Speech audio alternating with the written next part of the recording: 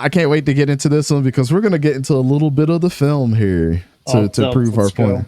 All right, so Kliff Kingsbury is obviously cooking with Jayden Daniels. Is Kliff Kingsbury the key to Jayden Daniels' success? So on the surface level, before we jump into the film, you cannot deny that Kliff Kingsbury is trying to run the most modern of offenses that you can in the RPO era when you have a quarterback like this. I think he's doing the right things by setting up the short game. Hey, people make fun of Will Stein at Oregon, but me and 𝗕𝘂𝘀𝗀𝘀𝗀𝗏 know that dude's a head coach here eventually. It's coming. Yeah. Don't let them get close to winning the national championship. He's gone. Yep. It happened to Kenny Dillingham already. Mm-hmm. Oh yeah, it was in Dan Lanning's first year. He got an offensive coordinator hired, granted by his alma mater, but still. Yeah, it's going to happen again with Stein. Kliff Kingsbury is working his way up to be a head coach again, and it's going to be off the back of Jayden Daniels. But I feel like this time it's going to be long term. Him and Dan Quinn are going to be cooking for a couple years with each other for sure. And they're already going into free agency and grabbing the Marcus Lattimore type guys. But as far as like the offensive production, I tried to tell people that this offense was going to be better than what people gave them credit for. Chris Rodriguez has stepped in for Brian Robinson in situations. Last game, he was really, really good. There's a kid that I was high on out of Kentucky. Luke McCaffrey has been decent. Zacchaeus has been, really good for them. Terry McLaurin is looking like Scary Terry that we know him to be. You know, even after the departure of somebody like Jahan Dotson, you realize why they were able just to get a bit of draft capital for a guy that wasn't really needed in that offense anymore. But it's all because Kliff Kingsbury knows what he has on that offense, man. And like I said, before we jump into the film, what has been your observation from the side, watching it through your TV? Kliff Kingsbury has literally got them turned around. So this looks different than what they have been. Oh, for sure. It's completely different from Washington teams in years past, especially because of the scheme that Kliff Kingsbury has brought in. But also I want to note that Kliff is doing a lot of similar things that he did with Kyler Murray in Arizona, or at least tried to do, but it didn't work out there. And I think that comes down to the actual personnel that they have.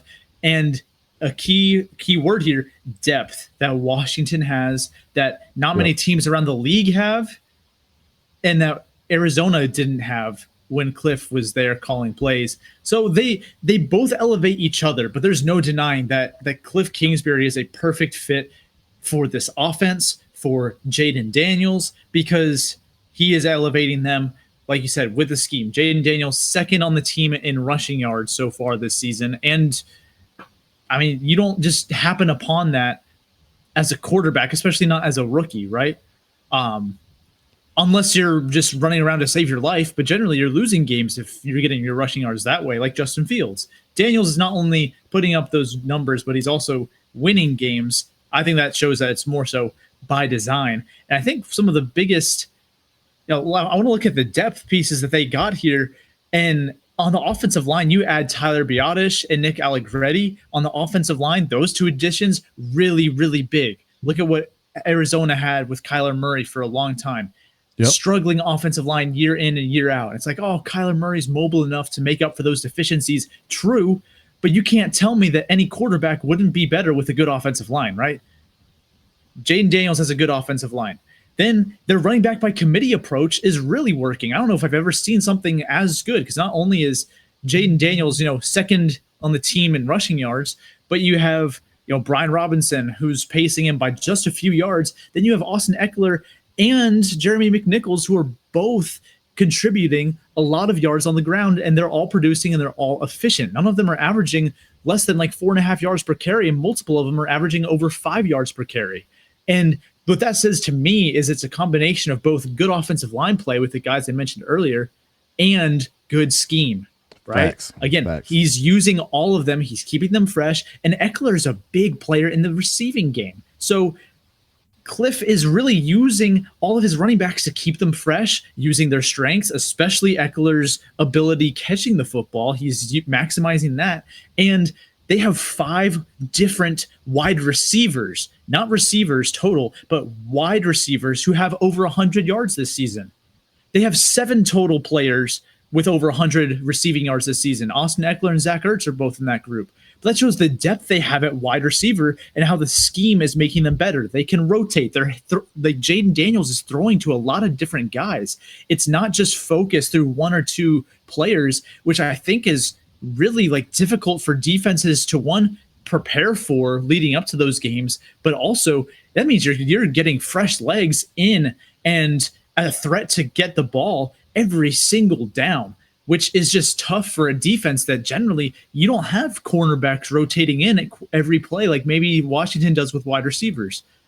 And for reference, Atlanta has 5 total receivers with over 100 yards, but only 3 of those guys are actual wide receivers, right? A tight end and a running back in that mix as well. So the fact that they have that many wide receivers on their roster who are, contributing significantly at this point in the season tells me that, they're doing a really good job at rotating, keeping guys fresh, and, making the most of who they've got. Because like you mentioned, they did trade away Jahan Dotson. Yep. And then, of course, Jayden Daniels, he's a lot of the short game, intermediate game. He's efficient no matter where he throws the football, though. He is at least an 85 NFL passer rating at each section of the field, no matter the depth or direction. And also, I do want to point out, too, that something that really stood out to me was the turnover-worthy plays. It's a statistic by PFF that grades not how many turnovers you had, but how many plays where you really deserve to have had a turnover. And I compared that with Kyler Murray and his time under Kliff Kingsbury. Because, similar schemes, right? But this is where the actual players come into play, right? Who has better decision-making? Who's got better vision downfield? And they operate the same offense, but Jayden Daniels has so far done it a lot better. He has a lower turnover percentage than Kyler, or turnover-worthy play percentage than Kyler Murray ever had under Kliff Kingsbury, and his figure right now is often half of what Kyler Murray has had in previous years under Kliff Kingsbury. So he is really protecting the football compared to another quarterback with someone who is viewed to have a similar skill set in the same exact offense. Yep. And then you also throw in the fact that Marcus Mariota had to play a game, and he played fantastic. 2 touchdowns, no interceptions, no turnover-worthy plays. And I think that just goes to show that when the right scheme meets the right players, it's beautiful. Because how often do you see an offense performing as well as Washington's has, right? They're second in rush attempts and second in rushing yards, but they're 23rd in pass attempts, but 8th in passing yards, right? So how often do you see as a productive and efficient of an offense as Washington in year 1 of a head coach, in year 1 of an offensive coordinator with a rookie quarterback? Yeah. Like it's very, very rare. And to me, this whole thing, and I'm excited to get into this film here soon, but the players are like really helping Kliff, but Kliff is doing the same exact thing for them because it's, again, the perfect blend of the right players and the right scheme, and a coach who is doing a very good job at keeping it fresh for these guys. Yeah. So a couple things to notice just here on the film from actually, let me bring this down a little. There we go. From the why is it doing this? Okay, cool.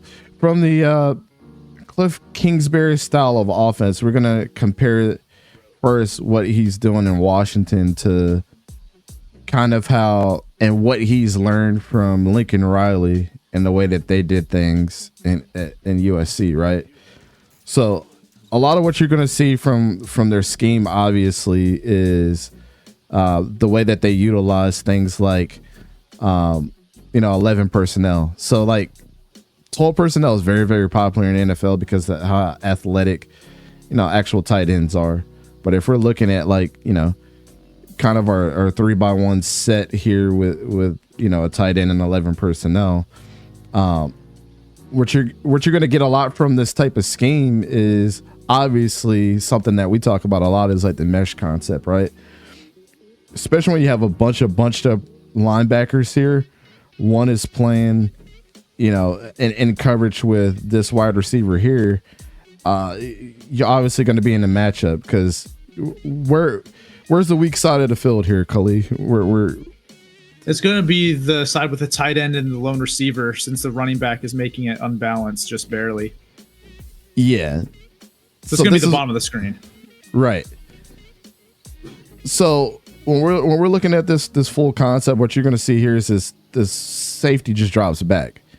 Now, as far as what the rest of the guys are going to be doing, you're going to see a little mesh concept come across the field. And it's always important not for those two guys to run into each other, but more so confuse, this guy up top, this guy in the middle, and this guy on the bottom as far as the linebackers to free up the middle of the field. Sometimes you want to get a guy deep, maybe run an out route here, maybe have this guy run a go. There's a lot of different variations that you can do in the mesh. But it doesn't change the fact that this is what Lincoln Riley likes to do a lot too. And in the Lincoln Riley scheme, the running back gets used a lot as far as, we're going to run it up the middle to confuse you there and get you guys to bunch up. Then we're just going to hand it off in the flats, dump it off to you in a flat if we want to do like a zig screen or bubble screen with the wide receiver coming back over and he's a decoy just to move this corner to the outside. Sometimes you'll do a bubble screen here and switch to play because this guy's playing, pretty much almost 10 yards off the receiver here. But the concept is the same, right? The concept is we want to run a lot of mesh concepts in this type of offense. So we want to go ahead and run it here. So now what we have done is we made our weak side of the field the strong side of the field by taking this running back and putting them in motion. Obviously, we're trying to account for that. We're going to have this mesh concept over the middle, and this guy's playing a little bit off the ball, but you're going to have this left tackle kind of pill him in on the outside, and then just kind of look at where your defenders are right here. And I'm drawing a bunch of arrows, but you got 1, 2, 3, 4, 5, 6 guys here and only 5 guys on this side. So, you account for situations like that, and the defense is obviously going to try to adjust. But as he runs the play here, you got your running back in coming in the flats. Your linebacker stayed stationary, even though they were kind of, you're kind of playing a blitz kind of scheme where we're going to justify a blitz, but actually drop back in coverage, which what it does here is it makes sure that you have open guys in the inside to run routes like this. So, it's a quick game, right? Quick game. The thing is you want to make sure you push these guys out in the middle and attack here so you can get things done downfield. And we see that a lot from we keep mentioning Oregon and Will Stein, but that's that new hybrid type of offense. Is let's get the quick game out and make them uncomfortable over the middle of the field, because now we're going to have a one-on-one matchup probably down the way. I'm not too much worried about your offensive line play here because they're all uneven right now, right? This is pretty much max protect without your running back being involved, but obviously he's going to try to chip some there. So I guess you could kind of say this is like an inverted max protect because he's going to come in and chip. But Austin Eckler chips him there, runs the mesh, gets the guy right over the middle of the field. It's an incomplete pass, but the concept is the same, right? It works. And it makes Jayden Daniels feel comfortable. Now let's go to Caleb Williams. You got another 3-by-1 set here. And again, if you split this field in half, obviously you know what the strong side of the field is versus the weak side of the field. One thing to notice up top, or single high safety, This one is going to be a run play, and this gives you versatility here as well. So this is going to be a run play. Obviously, this is not 11 personnel. It's only one running back, so we're running, just with a single backfield, but still out of shotgun. Every formation that you're going to see out of Kliff Kingsbury and the way that Lincoln Riley runs their offense is out of shotgun. Rolls out. And what it forces is what you've seen is the blitz came through, but we're running a mesh concept over the middle. You want to make these two guys here crash on each other or to pull this guy out. So now that obviously Caleb Williams is rolling out, you got one-on-one matchups like across the board. You see everybody's pretty much got a man. And this whole offensive scheme to allow this to work for a scramble. And we all know Caleb Williams is fast as hell. So, but that was the first one. But also Lincoln Riley, he'll do a 2x2 set, make it to a 2x3. Again, we told you a lot of motion, a lot of things with the running back. And he's going to snap the ball. It's going to roll out. It's got pressure in his face. But guess what? He's got a open guy right here because of the uneven matchups that it gives you. So this is just like, it's nothing crazy, but it still gives you flexibility to do a lot, with younger guys that are fast like Jayden Daniels. I mean, obviously the skill set that Jayden has that we saw last year is the ability to make plays up with his feet, but it gets them comfortable. It's a short game. If you got to roll out, we give you the flexibility to do that. Just be smart with the ball. You make your wide receivers feel like that they have a lot to work with. And then what do? At the end of the game, they start attacking you downfield like heavy. You just, it's really confusing. Sleep. Yep. It's really confusing. So, but yeah, I think, overall Kliff is cooking, man. I mean, we all knew that Jayden Daniels was good, but like the ability to have him slow down the game and process it like they did at USC for Caleb is, it's almost like cloning Caleb Williams and making another Caleb Williams for USC, but putting them on the Commanders. I mean, really, truly, this is what it's confusing. It's like you just switched the two guys. Yeah, and where they're at. You got to imagine that's why maybe Washington would have been happy with either player coming out of the draft. I mean, It certainly seems like Jayden Daniels may look like the better prospect or the better player at this point. But, I mean, given the scheme, right, I bet that Kliff would have been ready and eager to work with either one of them. Right. Oh, my man, too evil in the house. It was Kirk Cousins' fault. The end.